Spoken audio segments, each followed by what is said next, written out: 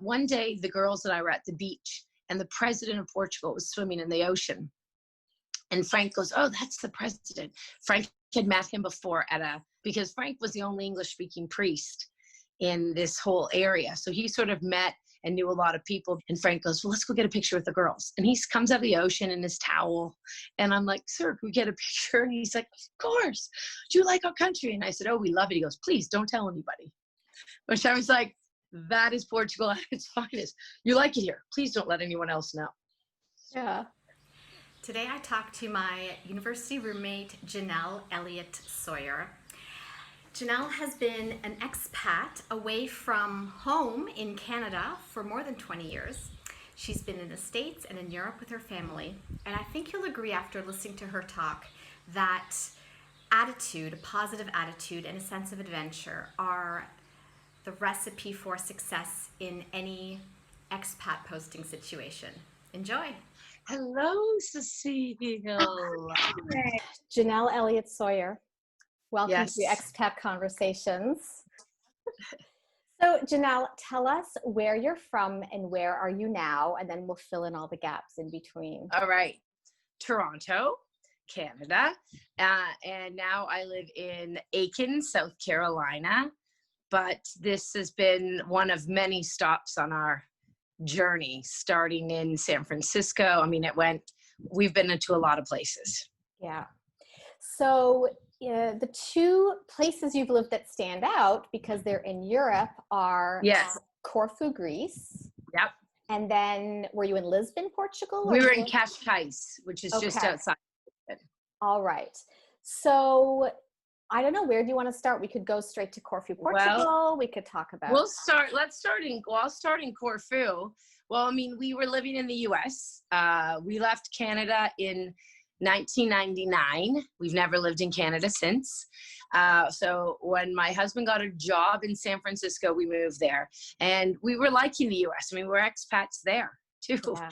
And we enjoyed it at the beginning. We loved California. California is a hard place not to love. But then we moved from there to Georgia. We're Augusta, Georgia, mostly because we just wanted a change from California. And from Augusta, we moved to Maryland, Annapolis, Maryland. From Annapolis, Maryland, we wanted a break. I had always dreamt of taking the kids to live abroad. I had studied in Venice, Italy. I had loved Venice. I have great friends there. I still take the kids there as often as I can. And I thought, gosh, I want them to have this experience. So we decided to take the year off to do nothing. But my husband is an Anglican priest. And so there was a spot in Corfu that needed a temporary Anglican priest. And they would give us a home, and they would give us a car, and they would give him a small stipend just to sort of cover the gas and sort of the expenses. And it would be a good spot for us to go and then explore other things. And it certainly was. So we arrived in Corfu. Maggie was in 4th grade. Pippa was only 4, turning 5.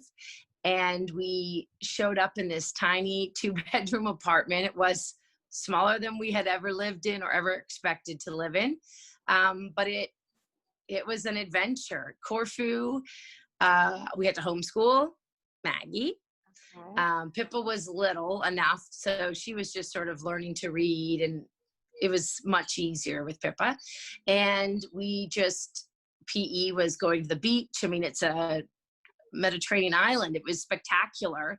And they swam all the time in the summer. And then winter came and it rains it's called the Green Island for a reason.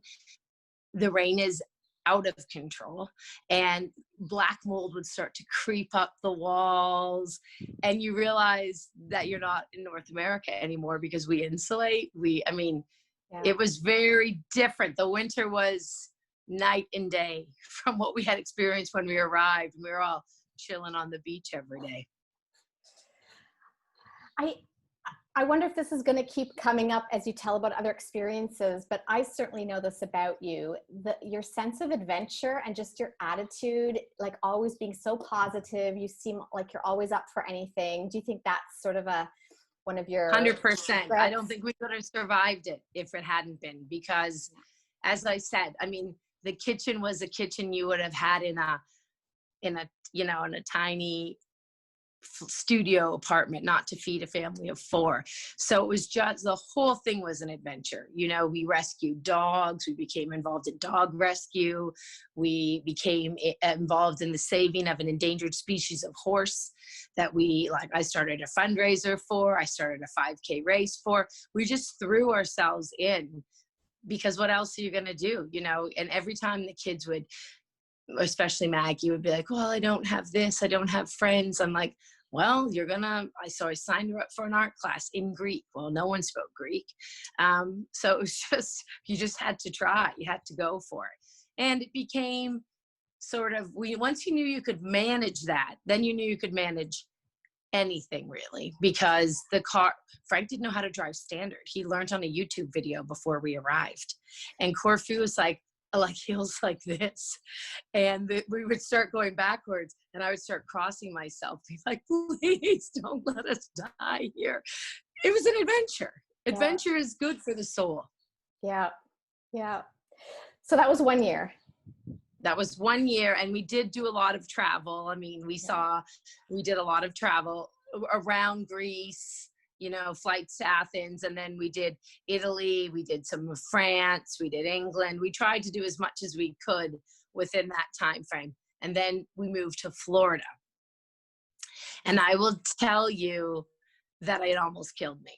I was like, what have we done? Frank had been offered a job in Paris.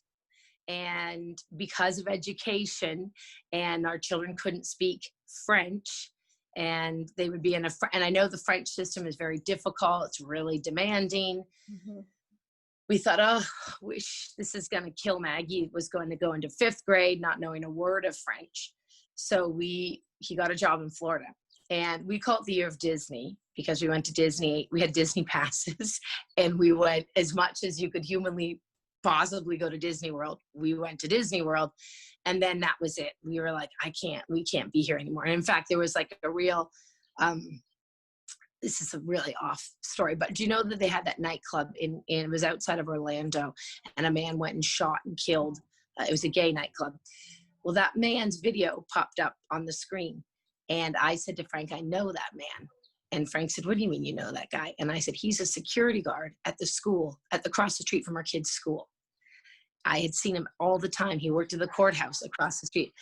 And I said, we're leaving. I can't do this anymore. I don't feel safe. We're going. And we were moving anyway, but we didn't know where to at that point. We were just kind of like, we're going to go. And Frank found this job in Portugal. So we put everything we owned in storage, and we just drove out. And I was also nervous about the upcoming election, which was the election between Hillary and I don't like to say his name. So that person I wanted out, and we got out and moved to Cascais. Okay. And you were there for more than a year, weren't you? 3 years, 3 years in Cascais. Yeah. All right. So had you intended it to just be a year and then you extended it? No, it was always going to be 3. We signed up for 3. I would have never left, Cecile. We would still be there if I had a choice. We left so we got there for 3. Again, the school was it was a problem. When Portuguese, like an idiot before we got there, I started practicing Portuguese on the Duolingo app. Yeah. Well, Duolingo is Brazilian Portuguese. And they do not speak Brazilian Portuguese. There's 11 million Portuguese speakers in Europe and like 300 million in Brazil. And if you're speaking Brazilian Portuguese, you might have gone to America learning British English, like, hello, it would have never worked. So I got there and I was like, this is not so hard. Brazilian has a ring to it like Italian does, and I can speak Italian. Portuguese, if you've ever heard it, sounds like a Slavic language. It's a hard language. It's a unique sound, yeah. It's up in your nose. It was night and day. So we got there and we put Maggie in a private school, and Pippa was in 1st grade and is really bright. So I thought, well, we'll put Pippa in public school because she can actually learn the language as opposed to throwing Maggie in the deep end. We thought we'd throw Pippa in. And it was, again, a real cultural learning. The Portuguese are very mellow people, but their children are really aggressive. I mean, I think it's pretty commonly known if you're in Portugal. So they were fistfights in the schoolyard every time I dropped Pippa off at school. And one day Pippa came home from school and her trousers were totaled, like just totaled. And I said, Pip, like, what happened? She goes, Mom, if I tell you, you'll be mad. So I'm just not going to tell you. I was like, no, you actually have to tell me. Well, she eventually told me. She'd been playing tag in the playground, tagged a boy. He didn't like it. He kicked her to the ground, kicked her in her vagina, and choked her. And she took her fist and punched him until he got off of her. And I was like, what? So I went back to the school. The teacher didn't speak a word of English. And I went back and I said, what happened? And she said, oh, in Portuguese, she spoke in Portuguese. I spoke in like a form of Italian. We somehow understood each other. There were 75 kids in the playground with no supervision. So it just was common. And so we homeschooled Pippa. That's the end of that story. So then we started homeschooling Pippa as well. So one in school, one in homeschool. But it didn't last. Maggie didn't last at that private school either. So we had a year in between. We homeschooled her, and then we sent them both to a school at the end. But as you describe all these challenges, but still, like, you're smiling. And at the beginning you said, oh, we'd still be in Portugal if we could. We would. Yeah. We would. Because, listen, when you live in another place and it's not your culture, you have to adapt. It's not them who has to adapt. It's you who has to adapt. So you adapt because that's life, right? I can't expect people to come to Canada and, well, in Canada, we're pretty good about that, actually, aren't we? We allow people to sort of be, but in Portugal, The Portuguese they're a nice people. They're friendly people. They're very insular. So they really stick to their family groups. Although it's right next to Spain, it couldn't be a more different country. I wouldn't say there are almost any similarities between the Portuguese and the Spanish.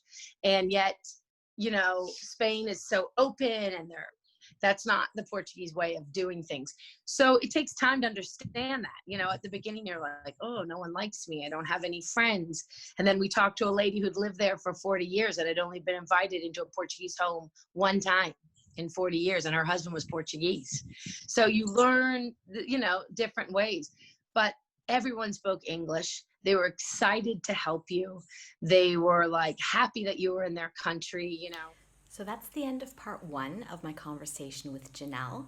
Coming up in part 2, we talk about keeping your expat kids grounded. If you like this video, please give it a thumbs up and subscribe to make sure you don't miss any future episodes. Till next time.